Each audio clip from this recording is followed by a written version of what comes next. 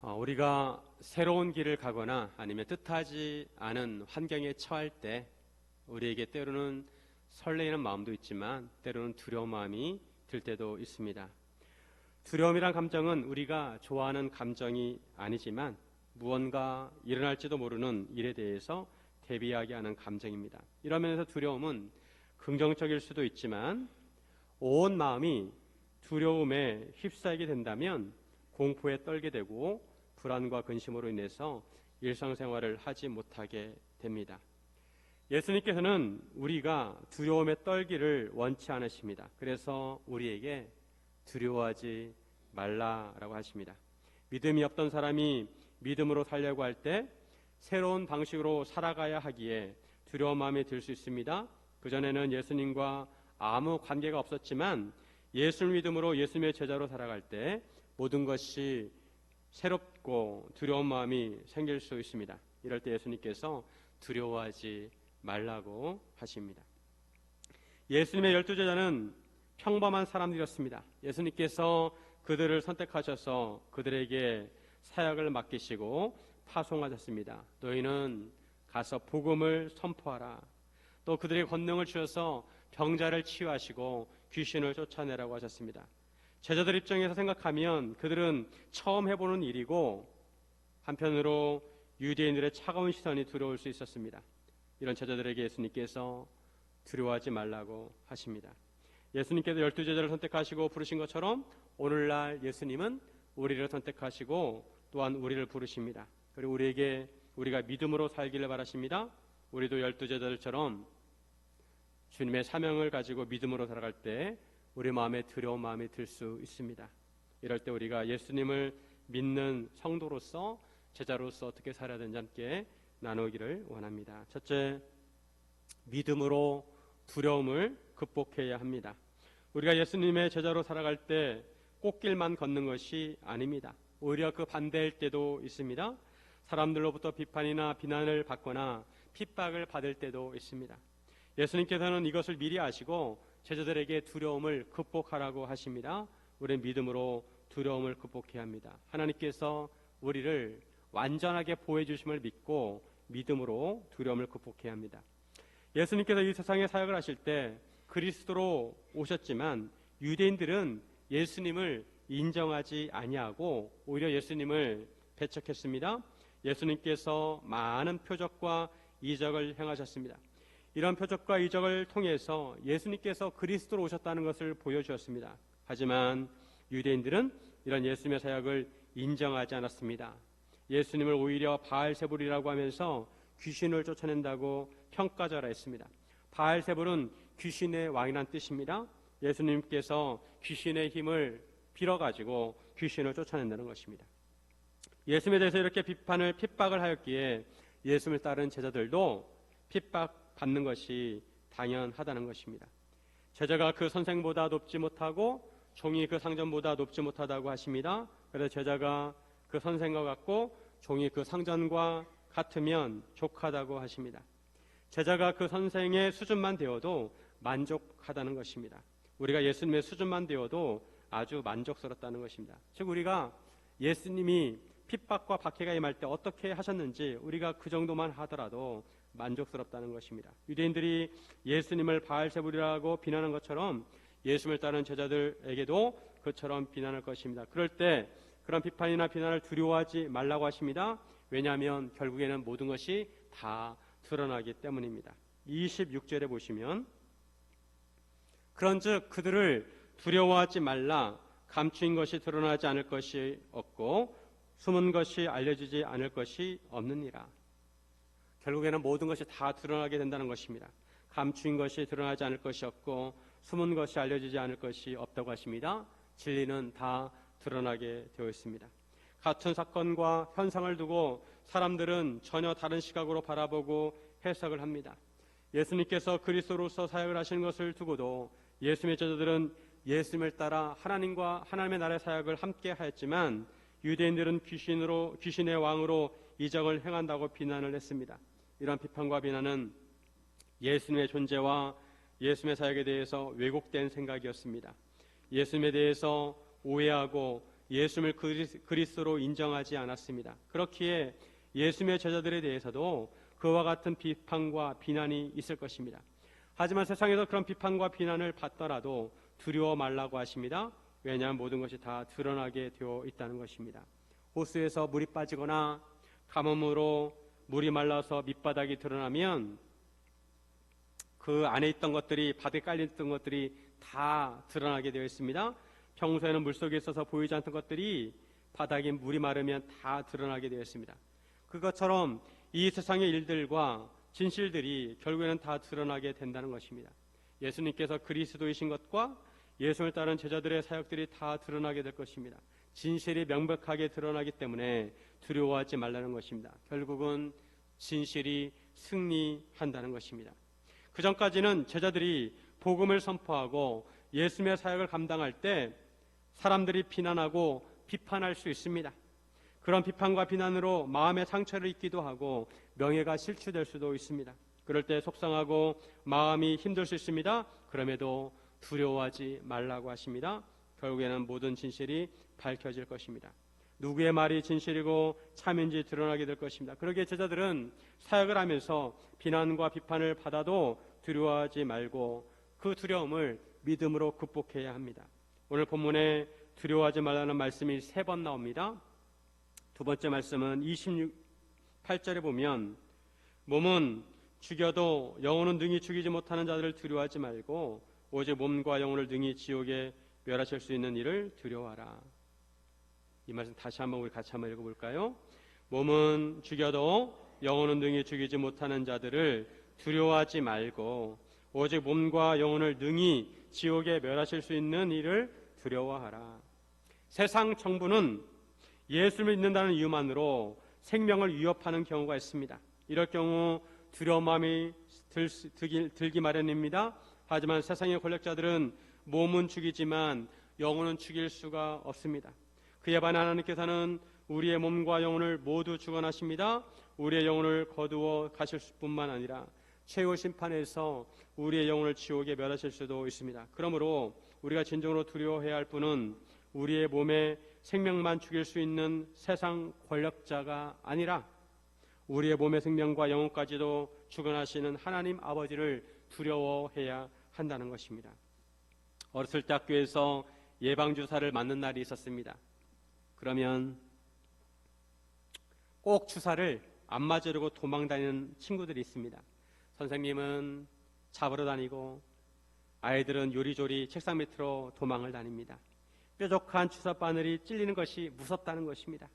하지만 혼역 같은 질병이 얼마나 고통스러운지 알게 된다면 그깟 주사 바늘쯤이야 눈 한번 질끈 감고 맞을 수 있습니다. 심각한 병에 걸리면 더 많은 주사 바늘을 맞아야 하고 고통을 이겨내야 합니다. 이처럼 우리가 믿음으로 살아가면서 겪는 고난은 예방주사와 같습니다.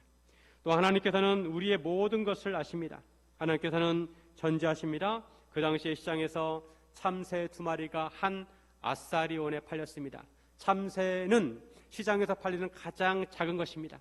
그리고 아사리온은 그 당시 하루 일당인 한 데나리온의 16분의 1에 해당이 됩니다. 그런데 하나님 아버지께서 허락하지 아니하시면 참새 한 마리도 땅에 떨어지지 않는다고 하십니다. 하나님께서 하찮게 여기지는 참새 한 마리도, 한 마리의 생명도 주관하신다는 것입니다.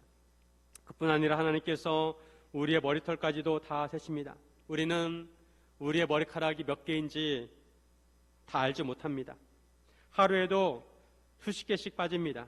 하지만 하나님께서는 우리의 머리털을 다 세실 정도로 우리의 세심한 부분까지 다 아시고 주관하신다는 것입니다.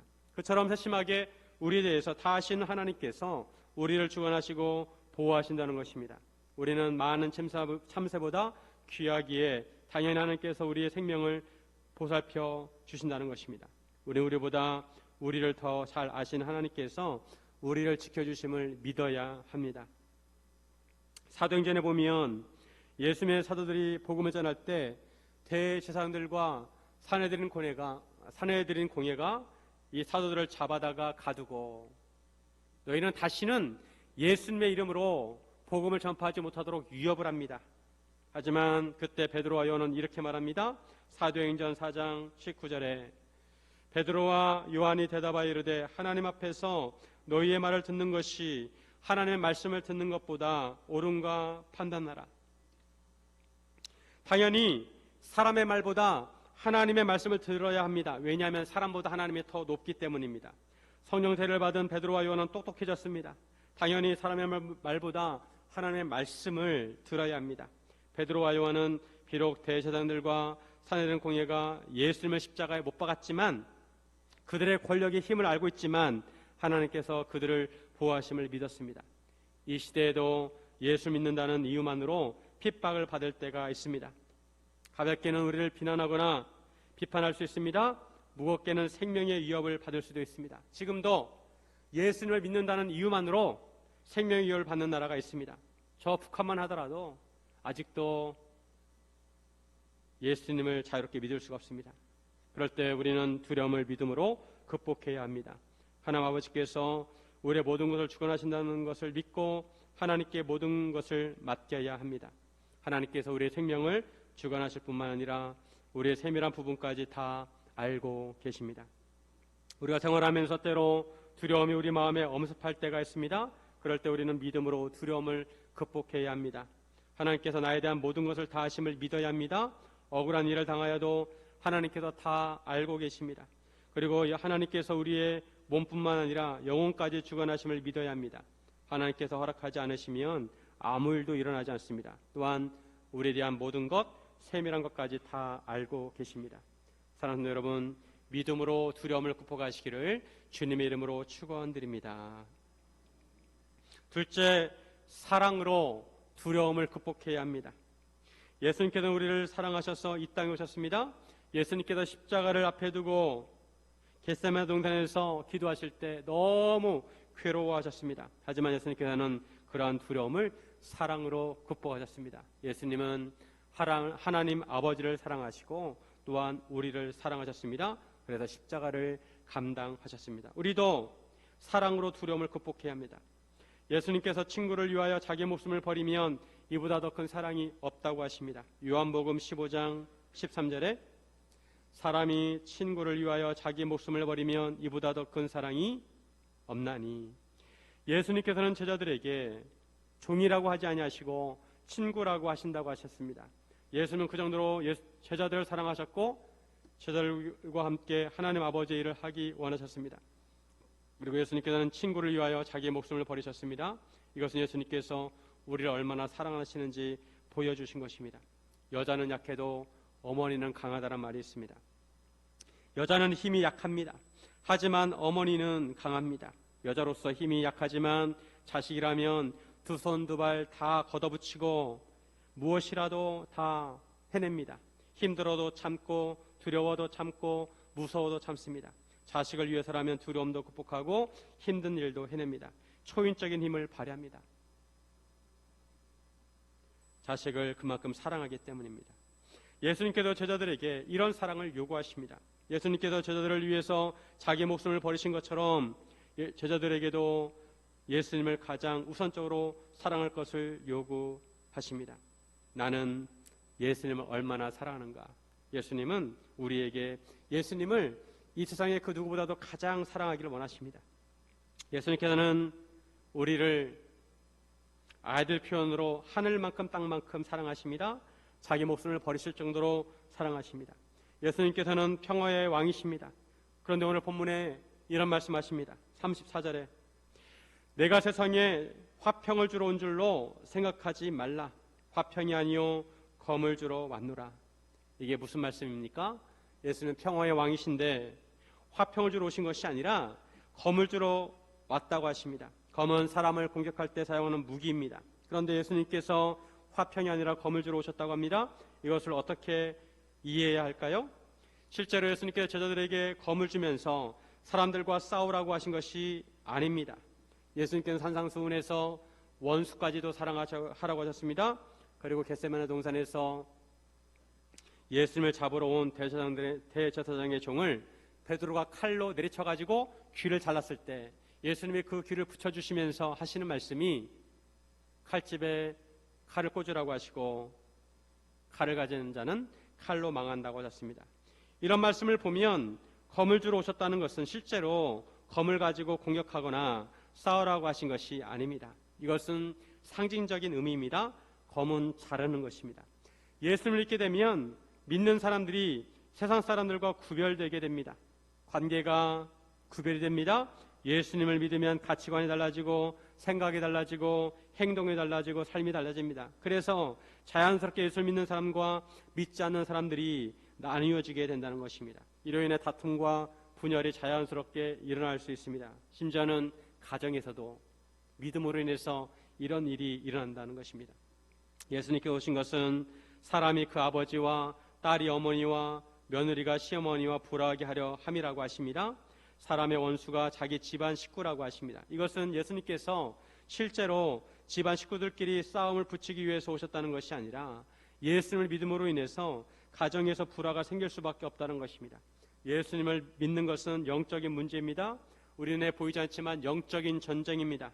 하나님의 영과 하나님을 대적하는 영이 싸우는 것입니다. 영이 서로 다르기에 싸울 수밖에 없습니다. 하지만 이런 싸움도 불가피합니다. 믿음으로 살아가려면 이런 갈등과 다툼을 겪어야 합니다. 예수님을 믿음으로 인해서 가정에 불화가 생길 수 있습니다. 이것이 시험거리일 수 있습니다.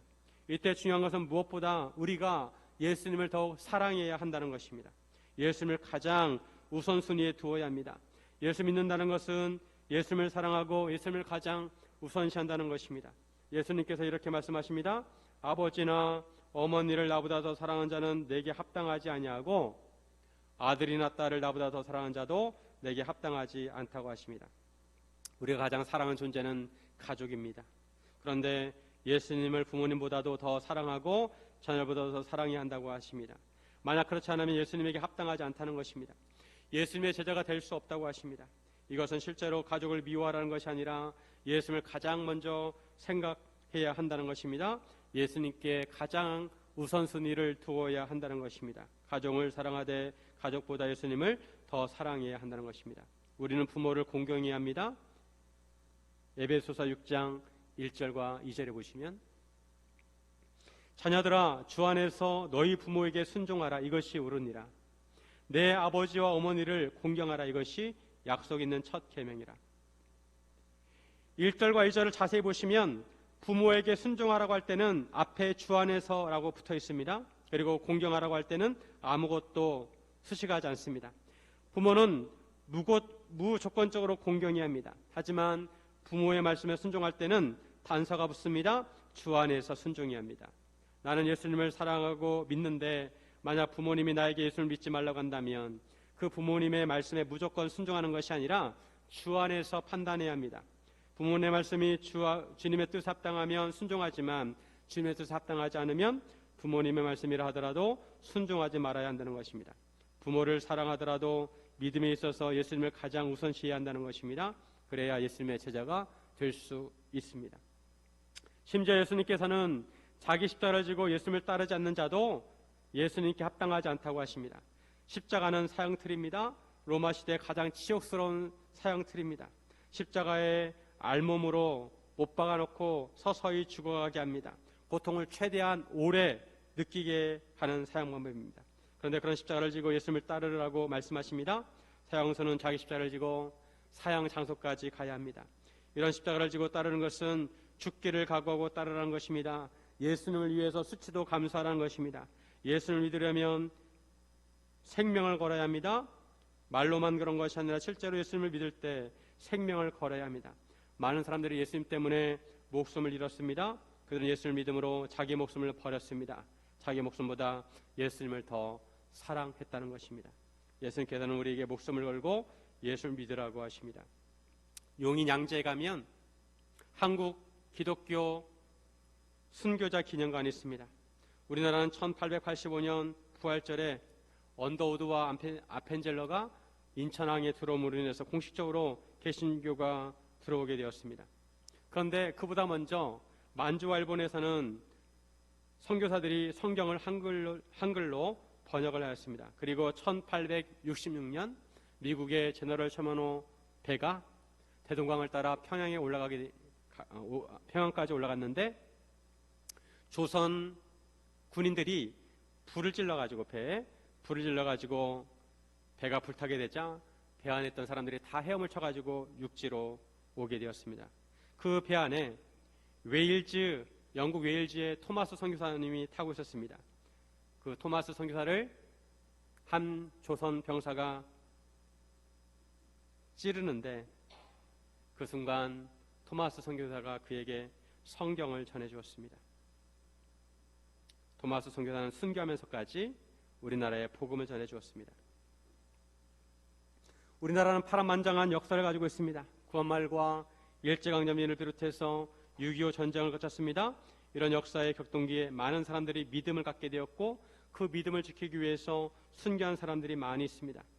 일본이 강요하는 신사참배를 거부하다가 순교를 당하기도 하고 공산당에 의해서 순교를 당한 성도들도 많이 있습니다. 성도들을 교회 안에 다 가둬놓고 교회를 통째로 불지른 그런 사건들도 있었습니다. 김일성은 집사회상은 다 죽이라고 했습니다. 우리가 지금 자유롭게 예배를 드리고 믿음 생활을 할 수 있는 것은 이런 순교자들의 피가 있었기 때문입니다. 우리는 이런 순교자들의 피를 잊어서는 안 됩니다. 그들은 예수님을 진심으로 사랑했습니다. 예수님께서는 이런 말씀을 하십니다. 39절에 자기 목숨을 얻는 자는 잃을 것이요 나를 위하여 자기 목숨을 잃는 자는 얻으리라. 사람에게 있어서 가장 소중한 것이 생명입니다. 목숨을 잃으면 다 모든 것을 잃는 것입니다. 하지만 예수님께서 말씀하시기를 자기 목숨을 얻는 자는 잃을 것이고 예수를 위하여 자기 목숨을 잃는 자는 얻을 것이라고 하십니다.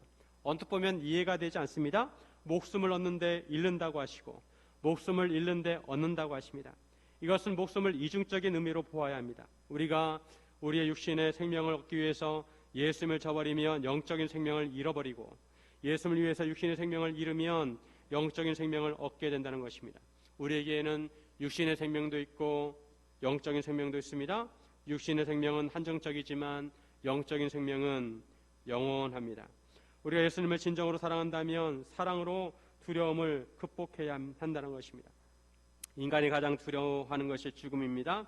하지만 우리가 예수님을 사랑한다면 죽음의 두려움도 극복해야 합니다. 예수님을 사랑하면 죽어도 죽지 않게 됩니다. 사랑하는 여러분, 사랑으로 두려움을 극복하시기를 주님의 이름으로 축원드립니다. 셋째, 소망으로 두려움을 극복해야 합니다. 소망은 바라는 것입니다.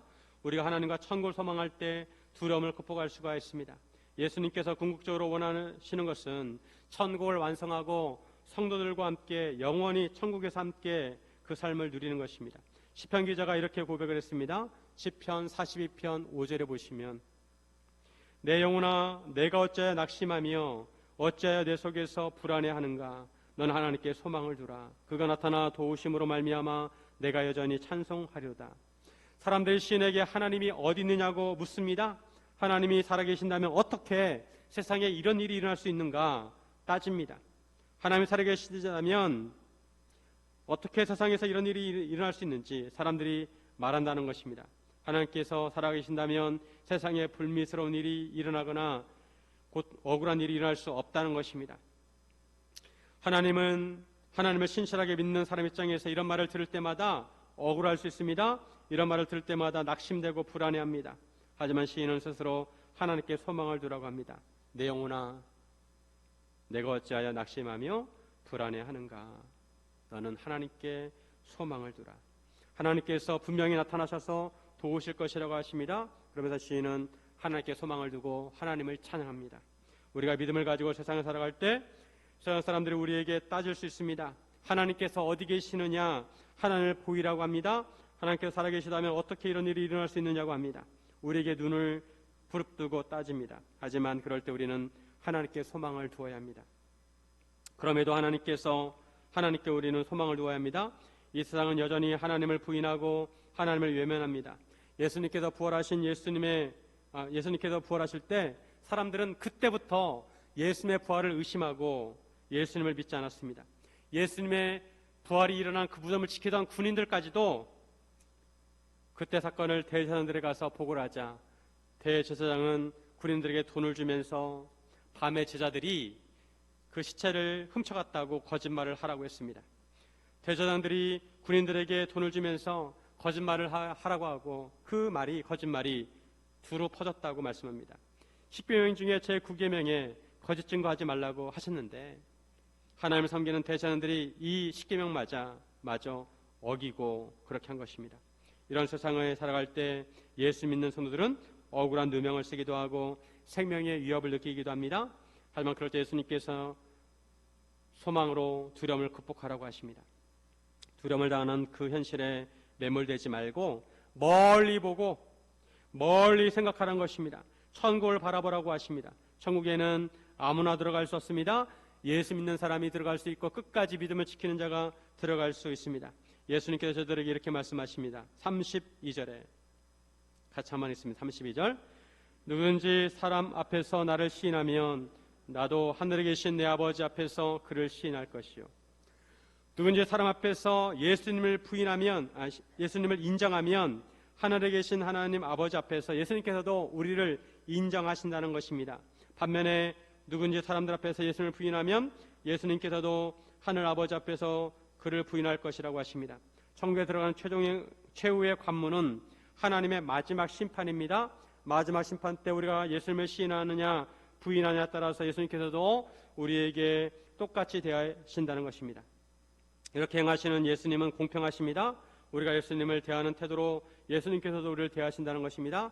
예수님께서는 대접을 받고자 하는 대로 남을 대접하라고 하십니다. 우리가 그냥 일반적으로 평범한 위협이 강하지 않는 일상생활에서 예수님을 시인하기는 쉽습니다. 하지만 우리에게 위협이 강해지는 상황 가운데 예수님을 시인하기는 쉽지가 않습니다. 그래서 우리는 특별히 위협을 받는 상황에서도 예수님을 시인해야 합니다. 그럴 때 예수님께서도 하나님 아버지 앞에서 우리를 시인할 것이라고 하십니다. 우리는 언제 어디서나 예수님을 인정해야 합니다. 그런데 사람들이 총칼을 들이대면서 예수 믿느냐고 물었을 때 그런 상황에서 예수 믿는다고 하면 목숨을 잃을 수도 있습니다. 실제로 미국에서도 총기범들이 많이 있는데 학교에 들어가가지고 기도하는 아이한테 머리에 총을 켜놓으면서 예수를 믿지 않는다고 하면 내가 너 살려줄게. 하지만 그 소녀는 예수를 믿는다고 말하고 죽었습니다. 우리도 이런 상황에 처할 때가 있을 수 있습니다. 그럴 때 우리는 예수님을 시인해야 합니다. 물론 목숨을 잃을 수도 있습니다. 하지만 이렇게 예수님을 시인할 때 마지막 심판 때 예수님께서 우리를 변호해 주신다는 것입니다. 하나님 아버지 앞에서 우리를 시인하실 것이라고 하십니다. 아버지, 이 사람은 죽음 앞에서도 나를 인정한 사람입니다. 이 사람의 믿음은 진짜입니다. 하지만 예수님을 부인하면 예수님께서 우리를 부인하신다고 하십니다. 그러기에 우리는 앞을 내다보아야 합니다. 하나님 앞에 서는 날을 생각하고 두려움을 극복해야 합니다. 천국을 소망하며 두려움을 극복해야 합니다. 차라리 두려워할 거면 현재의 두려움이 아니라 하나님 앞에 서는 두려움을 가져야 합니다. 또한 예수님께서 이렇게 말씀하십니다. 40절에 너희를 영접하는 자는 나를 영접하는 것이요 나를 영접하는 자는 나를 보내신 이를 영접하는 것이니라.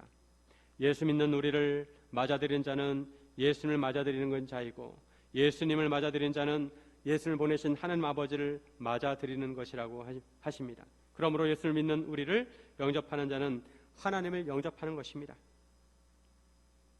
이런 원리에 의해서 선지자의 이름으로 선지자를 영접하는 자는 선지자의 상을 받을 것이고 의인의 이름으로 의인을 영접하는 자는 의인의 상을 받을 것이라고 하십니다.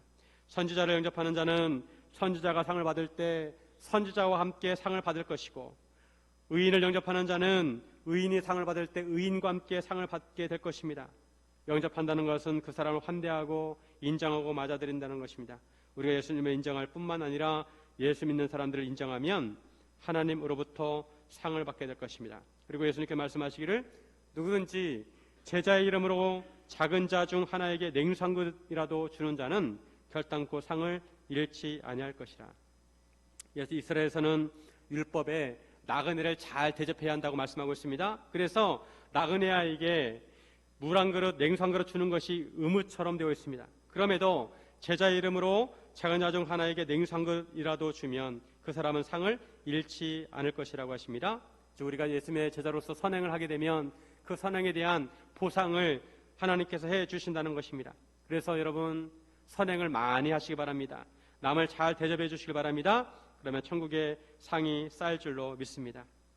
상벌의 개념은 마지막 심판을 염두에 둔 말씀입니다.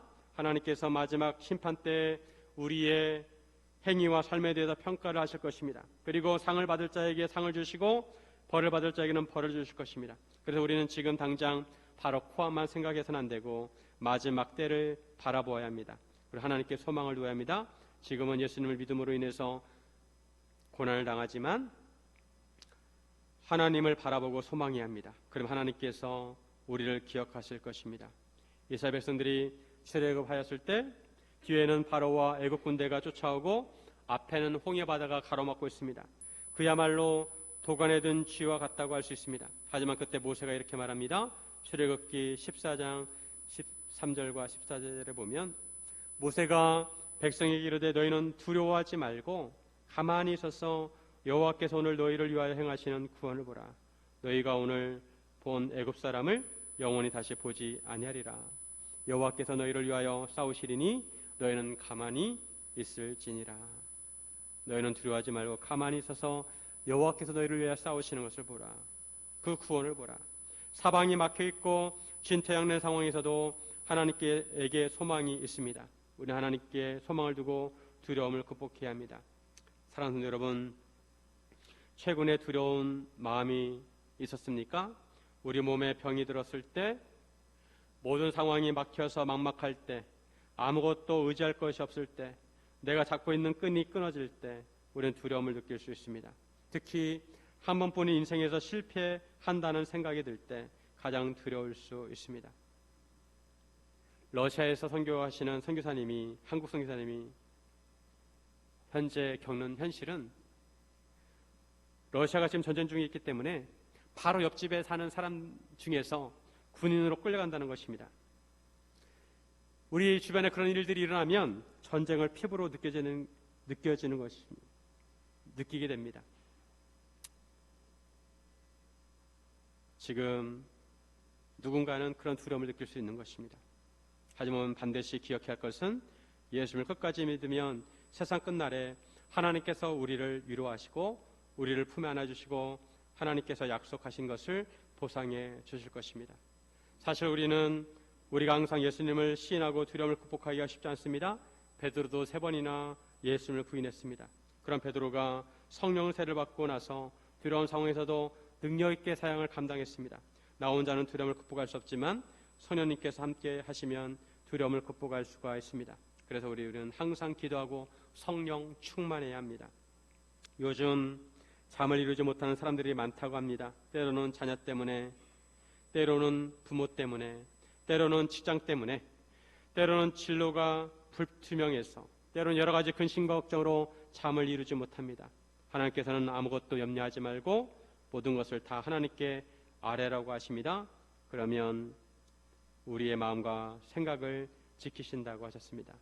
사랑하는 여러분, 우리의 모든 것을 다 아신 하나님을 믿음으로 두려움을 극복하고 우리를 위해 자기 목숨을 버리신 예수님을 사랑함으로 두려움을 극복하고 결국 사라질 이 세상이 아니라 우리에게 선물같이 주어질 천국을 소망함으로 두려움을 극복하시기를 주님의 이름으로 축원드립니다.